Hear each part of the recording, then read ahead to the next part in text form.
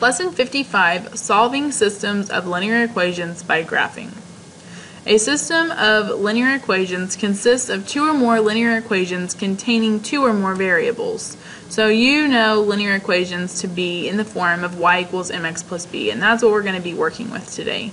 So if it's a system of equations, that means that there are at least two equations and they contain two or more variables. In our case, we're only going to be dealing with two equations that have two variables, x and y.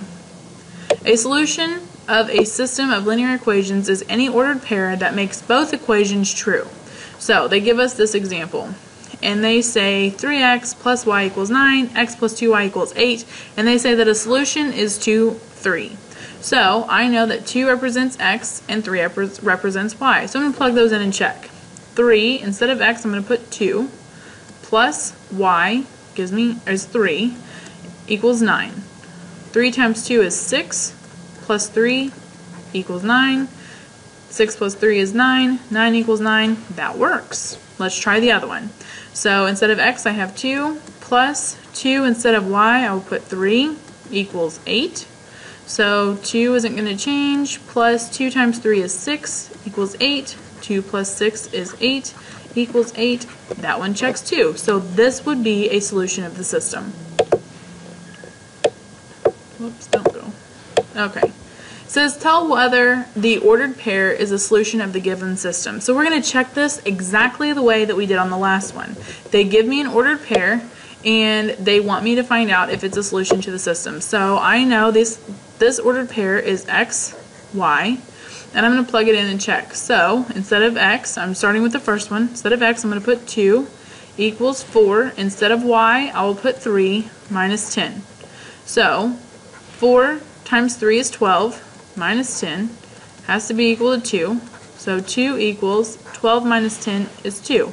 That checks. So far, it's going to work. Now we have to check it for the other one, because if it doesn't work for both, it is not a solution to the system. So I have 3 instead of 2. Instead of x, I have 2. Hello?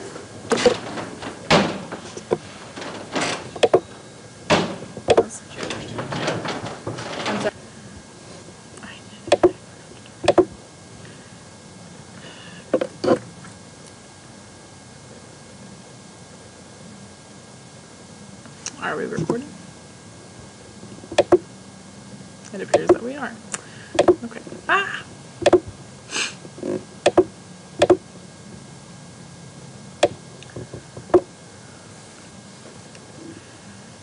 Plus 7y equals, whoops, I did not mean to put y. Let's erase that. Maybe we can erase it. Let's erase that too. 7, instead of y, I'm going to put 3. I have the hiccups now, excuse me.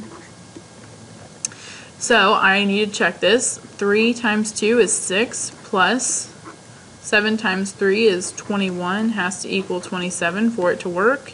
6 plus 21 is 27, equals 27. That checks. So yes, the solution. I would like for you to do B on your own paper. Please pause at this time. Okay, on B, we're going to do the same thing. I have x, y for my ordered pair, and I'm going to plug them in and see if they work. So instead of y, I'm going to put 5. I'm working with the first one. Okay, equals 4. Instead of x, I'm going to put 1 plus 1. So 5 has to equal 4 times 1 is 4 plus 1. 4 plus 1 is 5. And 5 does equal 5. So far, so good. Let's try it on the other one. Instead of y, I'm going to put 5 minus 3. Instead of x, I will put 1. And that has to be equal to 4. So 5 minus 3 times 1 is 3 equals 4. 5 minus 3 is 2. And does 2 equal 4? Absolutely not. So this is not a solution. Example 2, solve the system by graphing, then check your solution. So we're going to solve this system by actually graphing it. So what we're going to do is I'm going to start by graphing this first one first. I know that these are already in the form of y equals mx plus b, which is great because then I have to do little to no work. All I have to know is where to begin. So remember, we always start by graphing this first, and then we graph slope.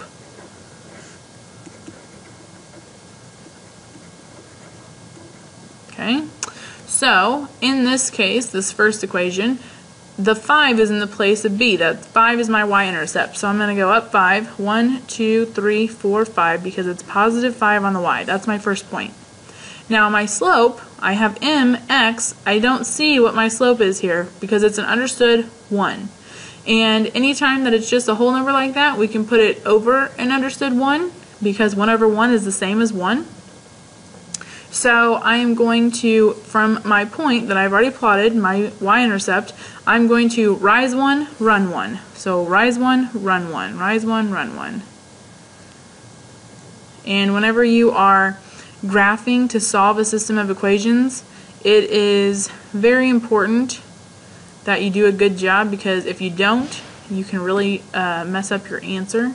So you may want to, whenever you do these for your homework, you may want to use some of the graph paper that I have in the back of the room for you, okay? So I'm going to draw a line over this, but I know that it's not going to be, actually that wasn't too shabby. Okay, so this is the line for that equation. I'm going to change colors to graph the other one. Alright, so we're going to start with our y-intercept, and in this case it is -1. So from the origin I'm going to go down 1 on the y because it's -1. And from there I'm going to graph my slope next, which is 3 over an understood 1, because slope is always rise over run. I want to show that so I don't make a mistake. So I have 3 over 1. So from the point that I've made, I'm going to rise 3, run 1. Rise 3, 1, 2, 3, run 1. Rise 3, 1, 2, 3, run 1. Rise 3, 1, 2, 3, run 1. I'm going to go down 1, 2, 3, left 1, down 1, 2, 3, left 1, down 1, 2, 3, left 1. So this is the line of that second equation. With a terrible job of drawing. But I did a good job of making my points because you can see where it should hit. Okay, this is going to be the solution to the system. I need to know what coordinate this is right here. So it's going to be xy, and it looks like I have to go over 3 and up 1, 2, 3, 4, 5, 6, 7, 8. So 3, 8 is the solution to this system. Your solution when you're graphing is going to be where those lines overlap. And if I had done a better job of drawing my second line, you would really be able to see that, because this one looks like it's off a little bit.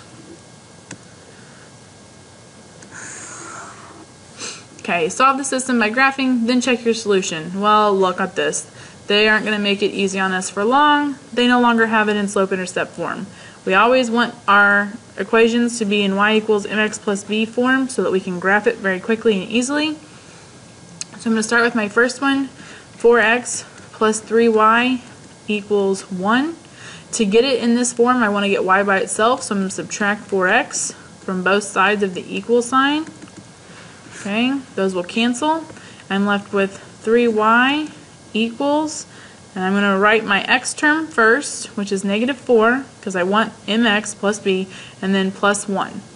Then I still need to get y by itself, so I'm going to divide by 3 on both sides. So I'm going to write this as y equals, now this 3, remember, goes to every term on this side, because I am dividing on both sides. So I have -4 over 3 x, and then plus 1 over 3, plus 1/3. This one is not going to be as much fun to graph because we didn't end up with a nice round number here. That kind of stinks. So we want 1/3. So let's see, what's the other one going to be? Alright, so I have 1/3 is going to be my y-intercept, so I'm going to put it about here. Okay. From there, I'm going to fall 4, because it's rise and it's a -4, and then I'm going to run 3. So I have 1, 2, 3, 4, and I'm going to run 1, 2, 3. So this is my first point on that. Do it again. 1, 2, 3, 4. Run 3. 1, 2, 3. And then I'm going to go 1, 2, 3, 4 up, and then left 3. 1, 2, 3. So about here. 1, 2, 3, 4. 1, 2, 3. So looks like my line. Actually, do I have a line tool here? I do. Let's make a line. We'll do a blue one. Pretend it doesn't have the dots on it though. And it has to go through all of those. We'll do that. And I can do better than that. Let's. Okay. I want the arrow tool, please. This. And let's make it skinnier.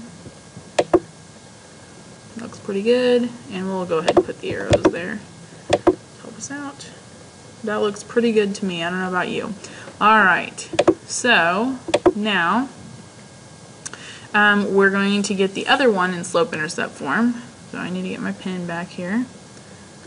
And that equation is 7x plus y equals 6. This one will be easier to get into slope-intercept form because all we have to do is subtract that 7x from both sides. And I have y equals negative 7x plus 6. And y was already by itself, so we're ready to graph.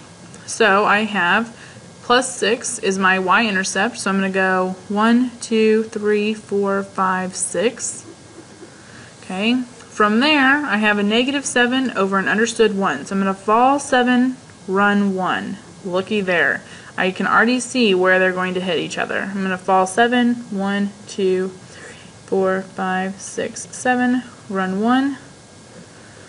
Okay, so again, let's just go ahead and do this. Make a line. Change its color to purple. And go away. So it has to go through this point and those 2 points. I'm going to change my tool. That wasn't what I wanted.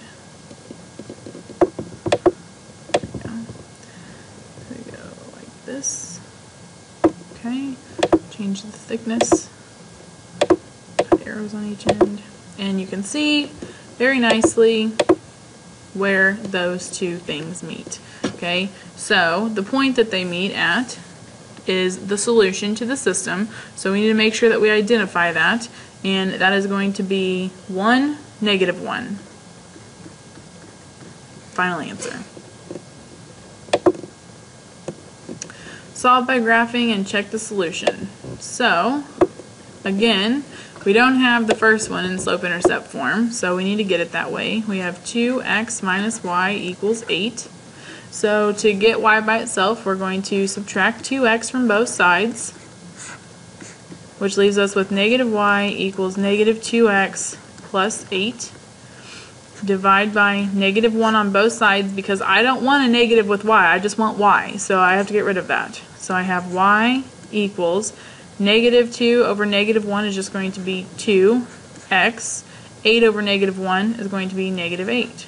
Okay, they're being divided. You can punch that in your calculator if you're not sure of those things. So now I'm going to graph this. So my y-intercept I can see is my negative 8. So I'm going to go down 8. Make my first point. Then my slope is 1 over an understood, or 2, excuse me, over an understood 1. So I'm going to rise 2, run 1, rise 2, run 1.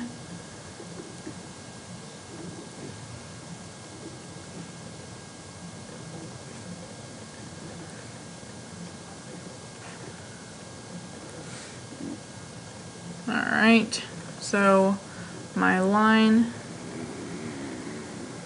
for this one, not too shabby. On this one, This is already in slope-intercept form, even though it doesn't really look like it, because y is by itself. So I have y equals negative 2x. Well, you're probably thinking, well, what's my y-intercept? Because I don't see one. And whenever you ask yourself that, what can you add to it and not change the value? And what we can add and not change the value is 0, because 0 plus anything gives us that anything. It's the additive identity. So we are going to put 0 as our y-intercept, and our slope is negative 2 over 1. So I'm going to fall 2, run 1. Fall 2, I forgot to change my color of my pen. That's okay. Okay, so you can see where they meet, which is right here. So that is going to be at 2, negative 1, 2, 3, 4. Final answer. Alright, says Alex and Brittany decide to rent a car. There are two companies from which to choose. Rental company A charges $30 per day. Rental company B charges $25 a day with a deposit of $50. At what number of days will both companies charge the same? What is that amount? Now, we've already been solving problems like this without graphing, and I would recommend going ahead and solving it the same way. So, company A charges, it says, $30 per day. So for the first day it's $30. If you've had it 2 days, 60, 3 days, 90. So it's going to be 30x. Rental company B charges $25 a day, which is going to be 25x, but you have to have a $50 deposit. So you pay $25 a day plus you have to pay a $50 deposit. And it wants to know for what number, at what number of days will both companies charge the same amount, and what is that amount? So, first of all, we know that x represents days. So if we find x, we can find out for how many days. So I have 30x equals 25x plus 50. So to get x by itself, I'm going to subtract 25x from both sides because I want it to be all on one side. And that gives me 5x equals 50. And then I need to divide by 5 on both sides, and that leaves me with x equals 10. So 10 days is what it is for them to be the same. Now for us to find out what the charge is, I would just plug it into rental company A because it's less work. So A charges $30 for each day, and if it's 10 days, A would charge $300. That's my final answer. So that's all I have for you today. I hope that you've taken good notes and that you have a good night.